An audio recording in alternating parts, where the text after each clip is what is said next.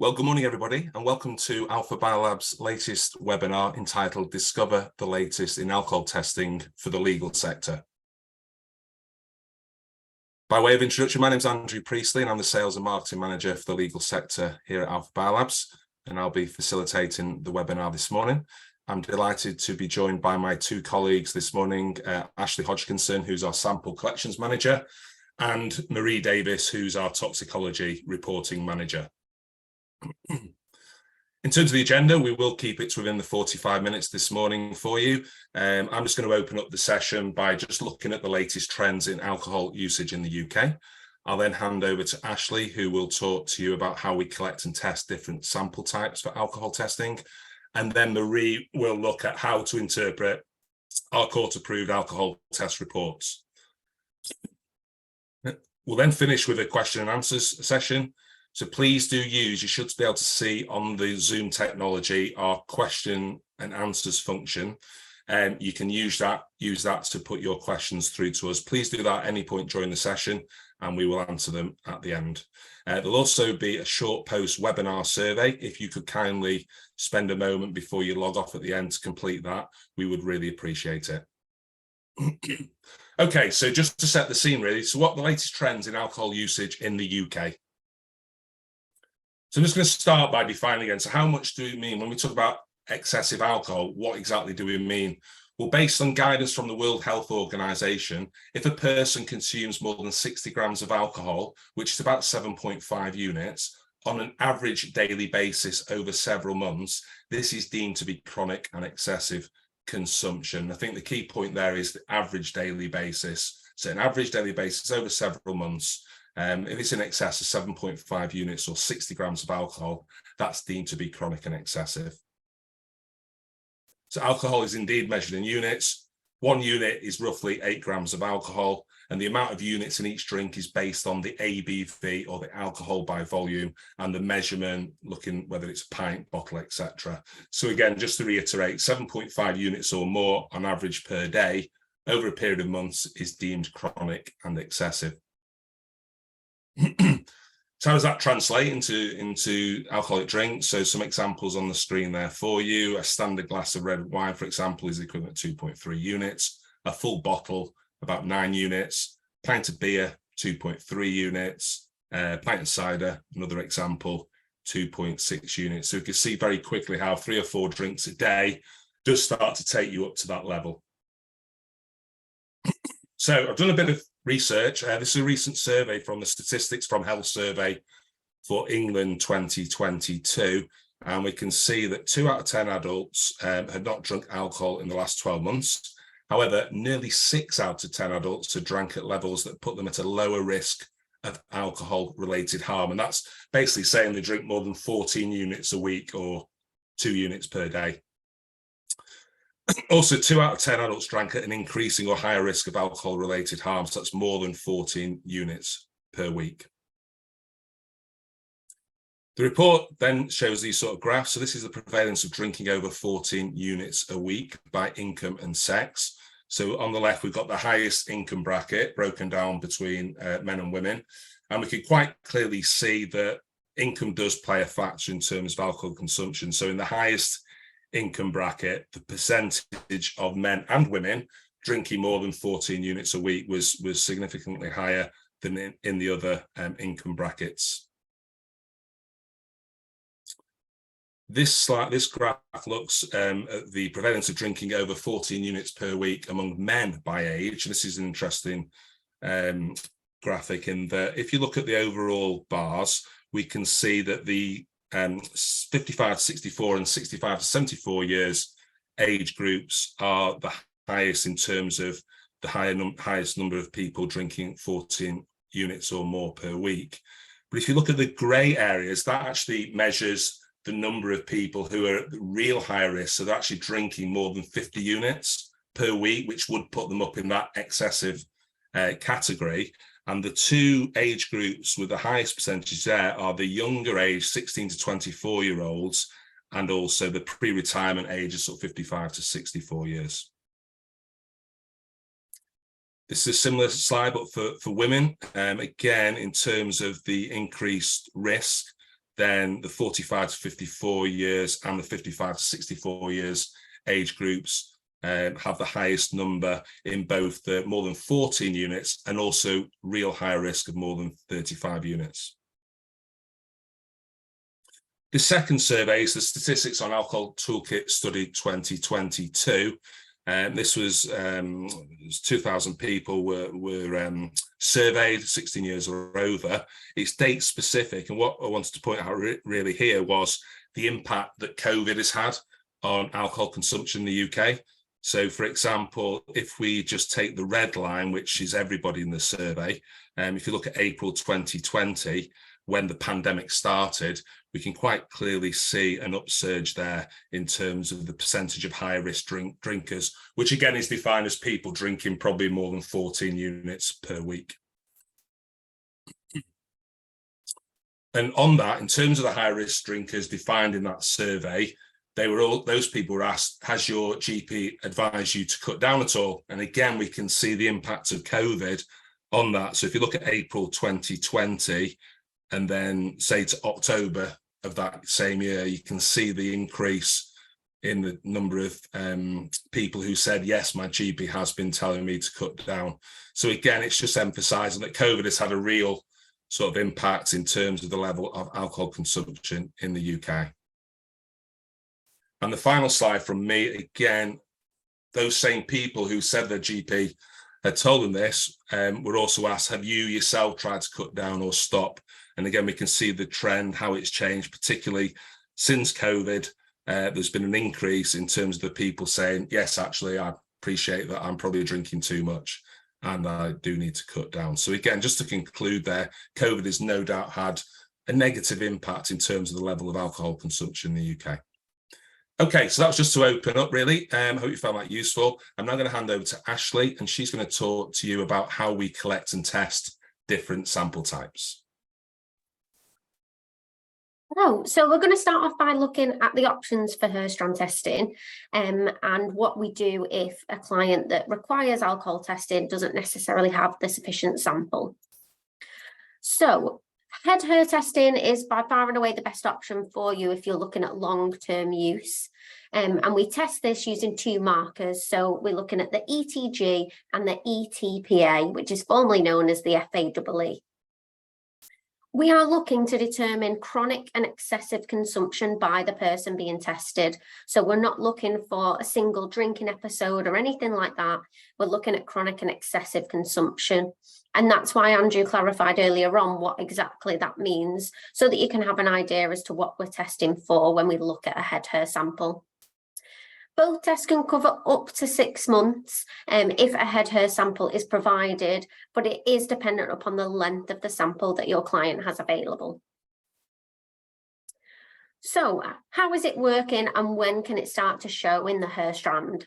So when you consume alcohol, it's metabolized in the body through the bloodstream, and each hair follicle has its own blood supply. So as the hair grows, the biomarkers are then incorporated into the hair and grow along with it.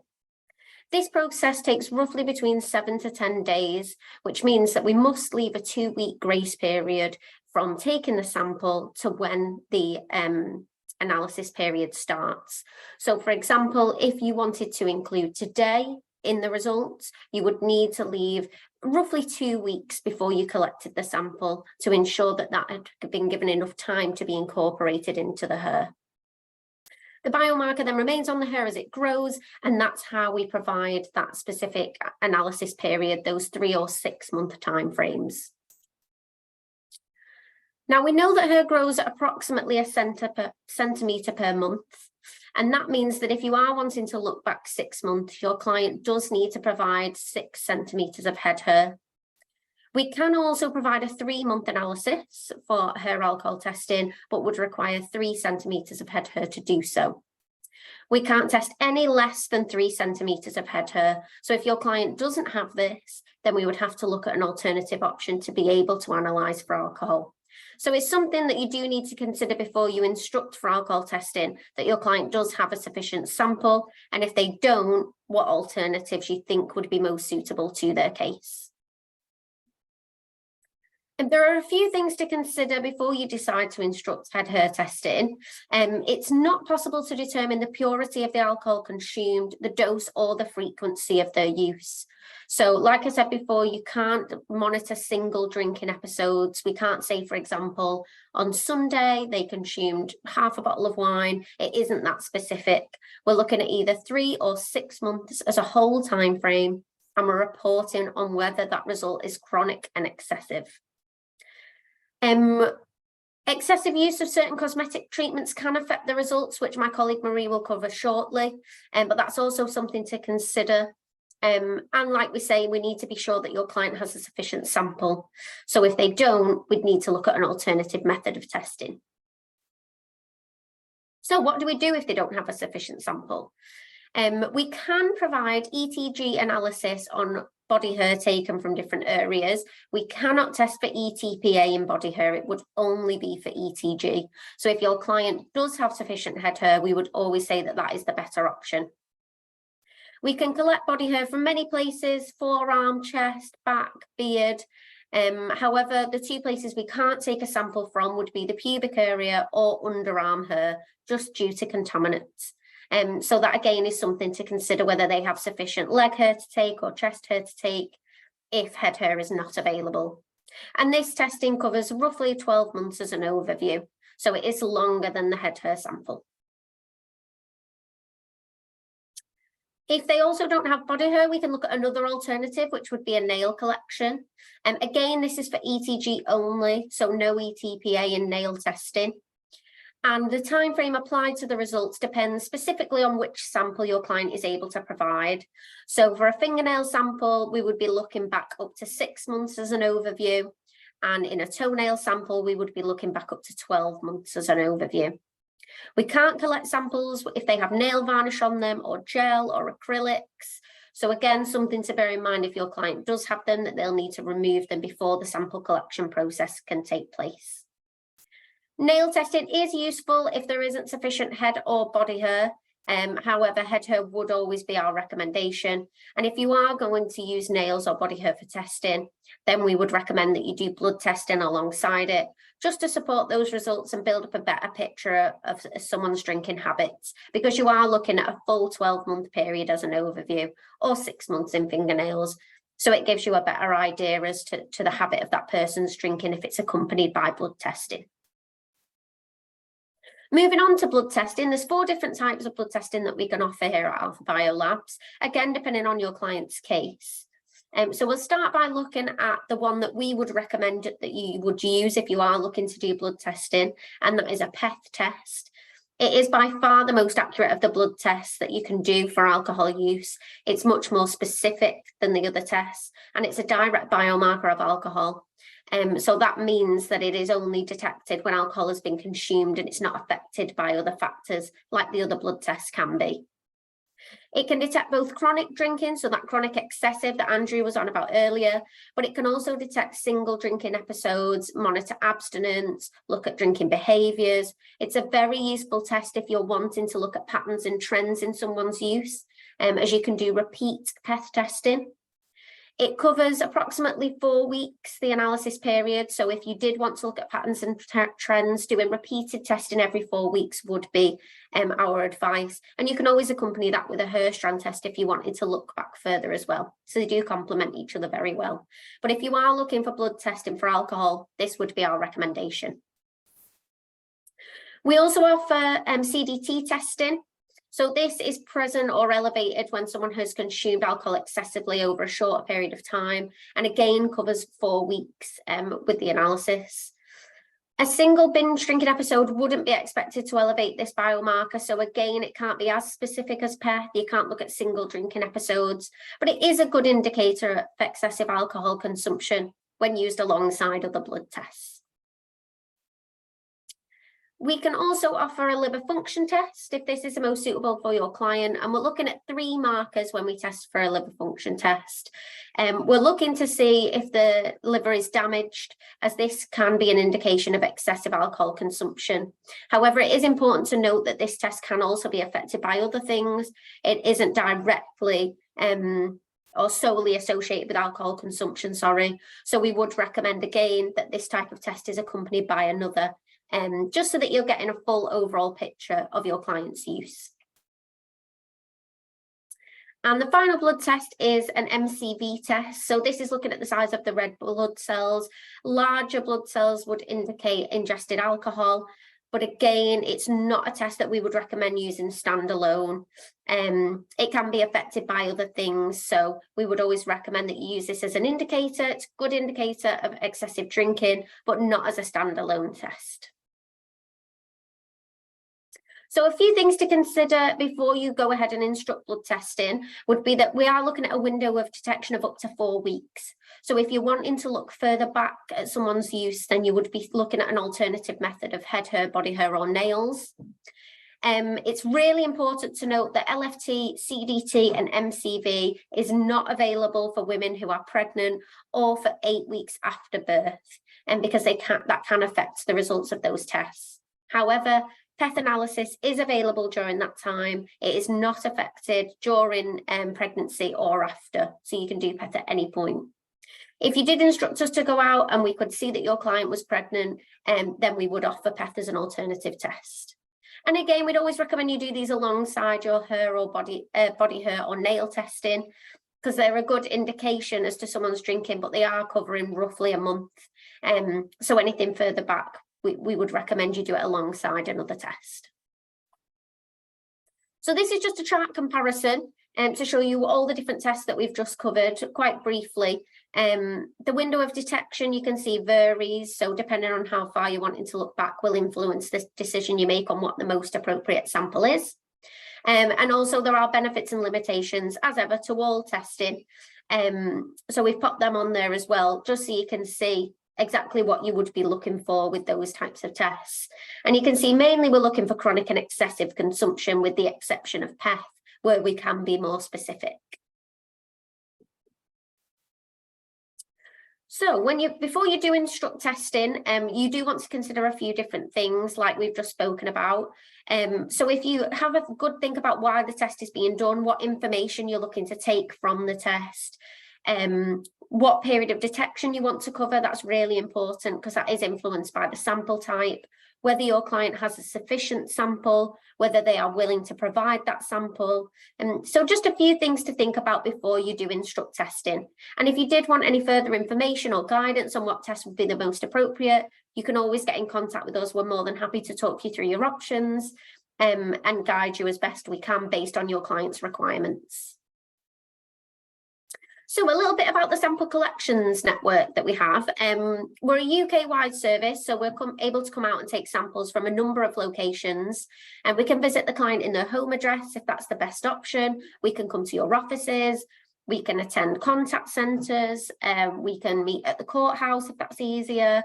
We're really open, really flexible with where we take the sample from. Unfortunately, we can't do samples outside. We do need a private room where we can ask the client some questions and they can provide that information confidentially. But that can all be discussed with your client on what suits best when they contact us. If there isn't a suitable location, we can provide one ourselves. We have a network of 13 walk-in clinics where we offer sample collections free of charge. They're based up and down the country, where your client can pop in and provide the sample there and then. And then the collector can take that away with them. The collection process itself, for alcohol testing, either on head hair, body hair, or nails, we're always going to be looking to take 2 samples. If the sample is being taken of head hair, then we do need to cut directly from the scalp, because as I mentioned in the second slide, we're waiting for those markers to grow into the hair, and that will come from the root. So we need to cut directly from the scalp. Being completely honest, this will leave 2 bald patches, and we need 200 strands of hair per sample. We will do our utmost to make sure that it's in the most convenient place where it cannot be seen, but depending on the client's hair type, that's not always possible. We are really open and upfront about this, but it is something that your client should be aware of, that would be the requirement of the testing. Like we said, we need the sample to be at least 3 centimetres in length. So if your client doesn't have this available, we would look for alternative testing, and that's when body hair or nails may be the more appropriate sample to take. And again, it'll be 2 samples for the alcohol testing. We follow a strict chain of custody when we come out and visit your client, which starts with having them provide some form of identification where possible, ideally photographic. And we always take a photograph of the person whose sample we're collecting so that we're able to prove who presented as your client on the day of testing. That photograph is then available should you require it once the report has been generated. We'll ask the donor a series of questions, treatments they've used on the hair, any medication that they're taking. So all of this can be taken into consideration and put into the report.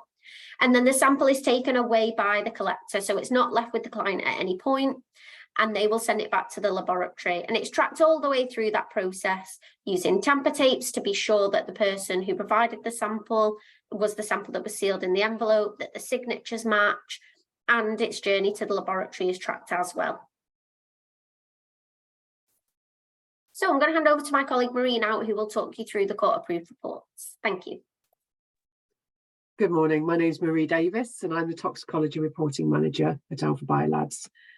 So what we're going to talk about today is the receipt of the sample at the laboratory and then the reporting of the results. So here we've got a little flow diagram which just shows you the steps that are taken once the sample is received at the laboratory. We have to initially segment the hair into the required length of testing, so that's either 3 or 6 months. The samples are then decontaminated to remove any external contaminants on the outsides of the hair shafts. These are then extracted and purified. These then go onto the instruments for confirmatory analysis for ethyl glucuronide and ethyl palmitate. And then the results are then issued from the laboratory on result sheets, and then these are then given to the reporting scientists who will interpret the results and report them to you as the client. So reporting the results, we have on-site toxicologists who analyse the samples and report the results. There's 2 forms that we can release the results in, a certificate of analysis, which comes with the testing cost, and then also the additional cost for statement of witness. And this would detail everything about the sample, so the sample collection, the request details, the analysis carried out, the chain of custody. It will have the donor identification, and everything will be in that one statement of witness. So it's an independent, impartial interpretation of the analytical results in the context of the case.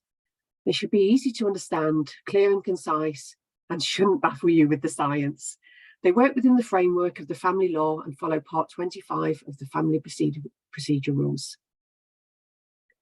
So this is an example of one of the reports that will be sent out. So this is a statement of witness.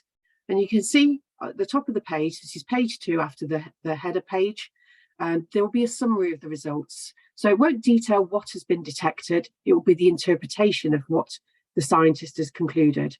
So in this case, the results are not suggestive of chronic and excessive alcohol consumption, and then it will be the time period that the test covers. Then beneath that, in this case, we've also got the blood biomarker analyses test results, and that will state each individual marker. So we all start off with PEth, as that's also a direct marker of ethanol use, alcohol use. And in this case, it's social moderate alcohol consumption. So alcohol has been consumed, but not to a chronic excessive level.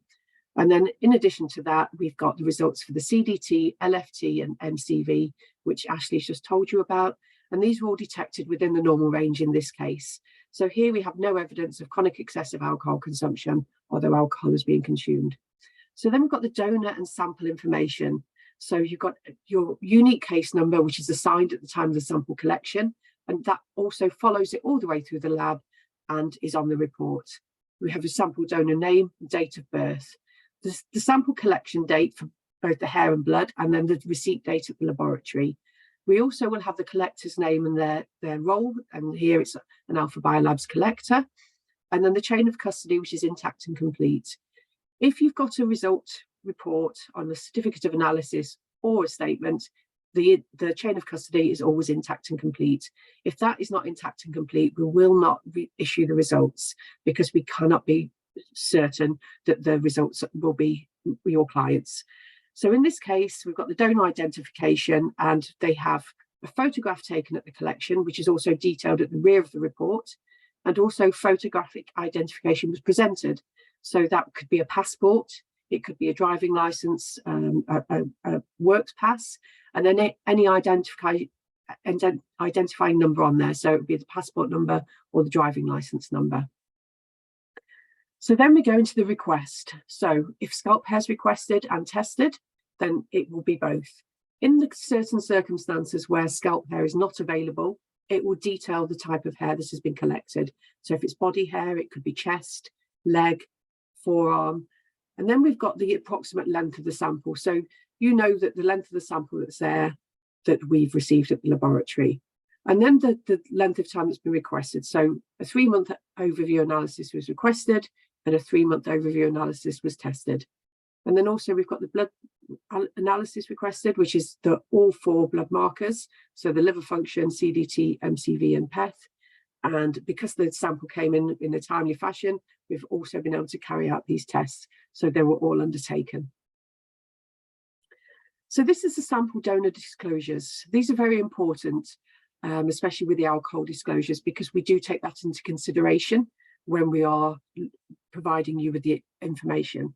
So we've got the medications. So a lot of medications are tablet form, but some do come in liquid form. And if certain medications are in liquid form, they might use ethanol as a solvent for the medical compounds. So that will be detailed. So cough syrups are a common one that will have ethanol in them. So they will be also detailed there, but separately from the other medications. And then we detail the medications would not interfere with the alcohol analysis carried out. Then we've got the alcohol declaration. In this case, there's nothing specific about volumes or units. So 6 glasses of vodka and Coca-Cola, we're unable really to kind of make any kind of assessment of that because we don't know the volumes consumed or the number of units. So that you'll see that on the next page, how that comes into the equation. So then we've got hair treatment and products. This is also very important. Because we are testing hair, people do use hair treatments. Cosmetic hair treatments such as dye and bleach can reduce the amount of markers that are in the hair. So we really need to know if the hair has been dyed. We don't just take it on the donor's word. We also look at the hair sample that's been received, and we also look at the wash that we have from the sample. So in this case, you can see during the laboratory extraction process, colour was observed. So that means that the hair had been dyed quite recent to the collection, because during the wash procedure, it's being extracted from the hair. So it would suggest the more recent use of dye. We also have hairspray used. Hairspray, things like hairspray and certain gels, they can also contain ethanol. So they need to be taken into consideration as well. So it's really important that we know if hairspray has been used or anything containing ethanol. The volumes or the type we don't really specify in a statement, but it's just will be detailed in the conclusion and interpretation further down. So then this is the testing that's carried out and the results. So there we have the alcohol consumption disclosure. In this case, we don't have anything solid to work on, but say if they disclosed the consumption of, say, 30 cans of lager a week, we then do an alcohol calculation on that based on the average volume of a can and the ABV, the alcohol by volume of the drink specified. Each drink will have a slightly different alcohol content, and then we state whether or not it's above or below. So say we could say 30 cans of a standard lager would be below chronic excessive. If we were looking at, say, bottles of wine, if there's probably 6 bottles of wine over a week period, that would be above the level of chronic excessive alcohol consumption based on a 750 ml bottle size and an alcohol by volume of, say, 13%. So that will give you whether or not the disclosure is above or below chronic excessive alcohol consumption. So then we go into the examination. We tell you the hair length that we've taken, the approximate time period it covers, and then if there's any hair hair growth disorders or anything mentioned, that will also be mentioned underneath that table there. So then we go into the analysis. So we're testing for the 2 markers, ethyl glucuronide and ethyl palmitate, which are direct markers of alcohol. And then in the table below, we detail the results, negative or positive. So in this case, the ETG is negative and the ETPA is positive. So basically, we then have to do the interpretation on that. Sorry, just take a drink of water. So then we have the blood alcohol biomarker results. So we detail these out individually. We give you the normal ranges, the range expected, and then the results, and then a comment. So in this case, this is a female donor. The ranges are sex specific, so there are different ranges for males and females. And in this case, the liver function test results that we've tested are all within the normal range. We then have the CDT result. So that could be normal, borderline, where caution is required, and then elevated. So if that result is above greater than 2.1, that will be an elevated result. Then we've got the MCV. So that's a wide range between 80 and 99 for the volume. In this case, it's normal. So that is just detailed as a normal red blood cell size. Then we've got the PEth test. So again, this is a direct marker of alcohol. So we can actually talk about a level of alcohol consumption. So anything less than 20 nanograms per mil would not suggest regular alcohol consumption in the approximate month prior to the collection.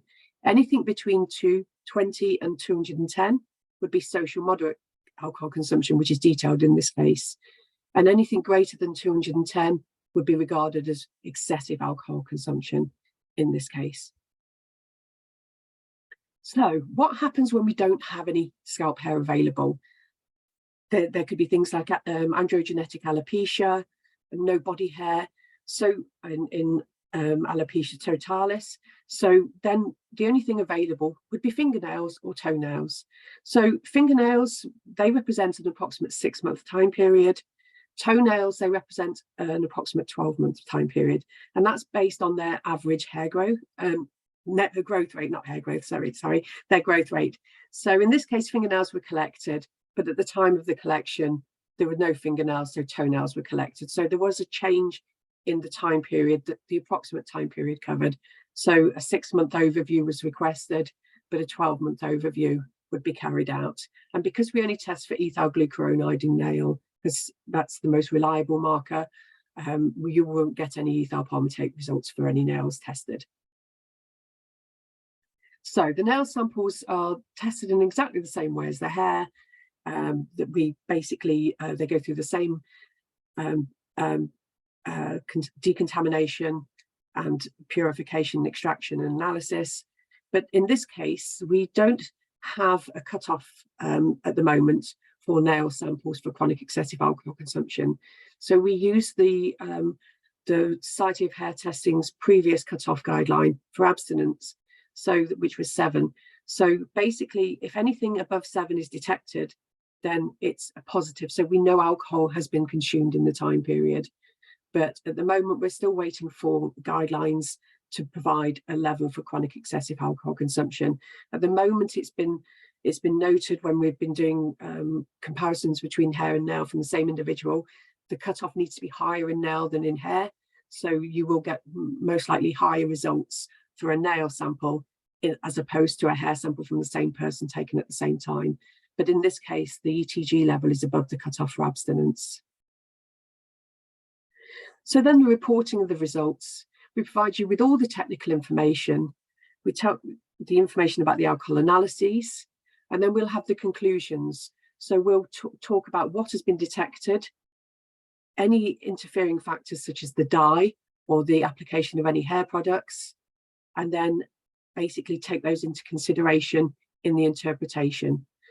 We then have the sample disclosures, the sample donor identification. We will then have the qualifications and experience of the reporting scientist, the declarations, and then more importantly, we also have a peer review. So no report comes out to you without the interpretation and conclusion being verified by another senior scientist who is also detailed on the report. So you will have the details of the reporting scientist and the senior scientist who's also reviewed the work. And then we have the alcohol references at the back of the report.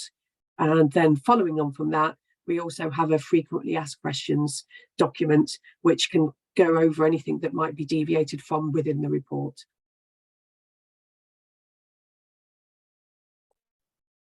That's great. Well, thanks to both Ashley and Marie for your presentations there. Really interesting stuff. Okay, so we're going to move on to the question and answers session now to finish off the webinar.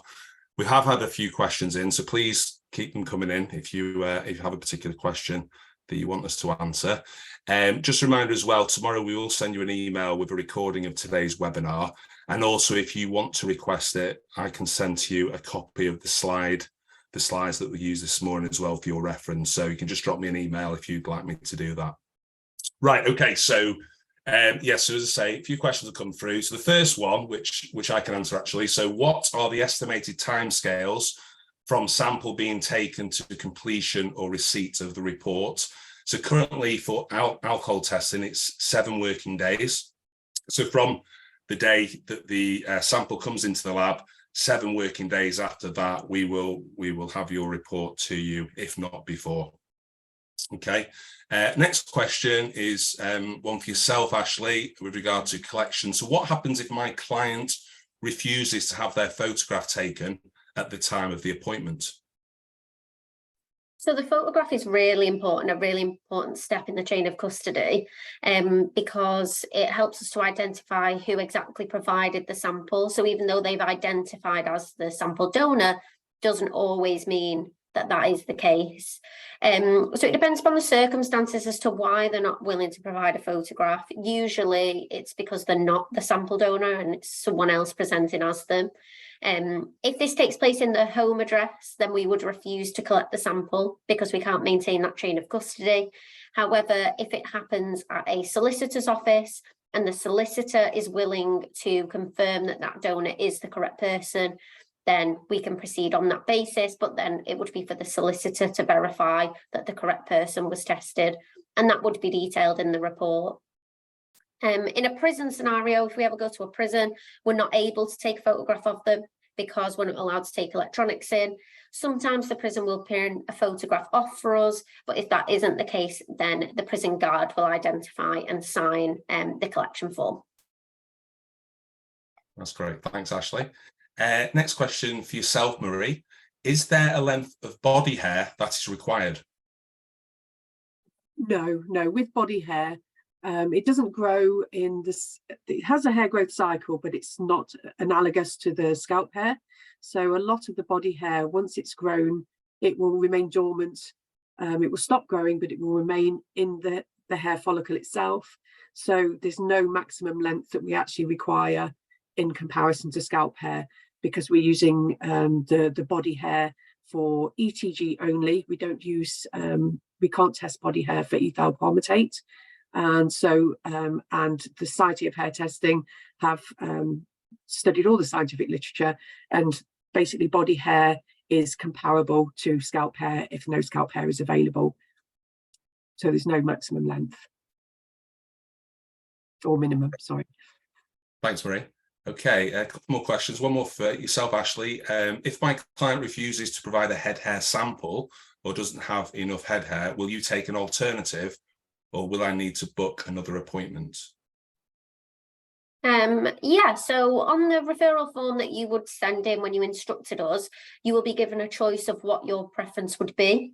So we will, for instance, say, if there is insufficient head hair for what you've requested, what would you prefer we do instead? Do you want us to take the head hair that we've got and see if we can report on it? Or do you want us to take body hair or nails? Or do you want us to come away from the appointment and then you can have a think about it? So it depends. If the head hair is just insufficient, we'll go off what you requested. If the sample donor refuses to provide a sample, we will ask them what they are willing to provide, and then just make them aware that it may be that that's not suitable and it isn't tested, but we can still take the sample to avoid having to come back out again. So it's entirely up to you. You would make that decision upon instruction. Great, thank you, Ashley. And final question for yourself, Marie. How recent will the results for nail tests be, as I would assume the nails cannot be taken from the root? Okay, with nails, the nail plate up until the free edge, so the little bit that turns white when it detaches from the base of the skin, the nail is actually alive until the free edge.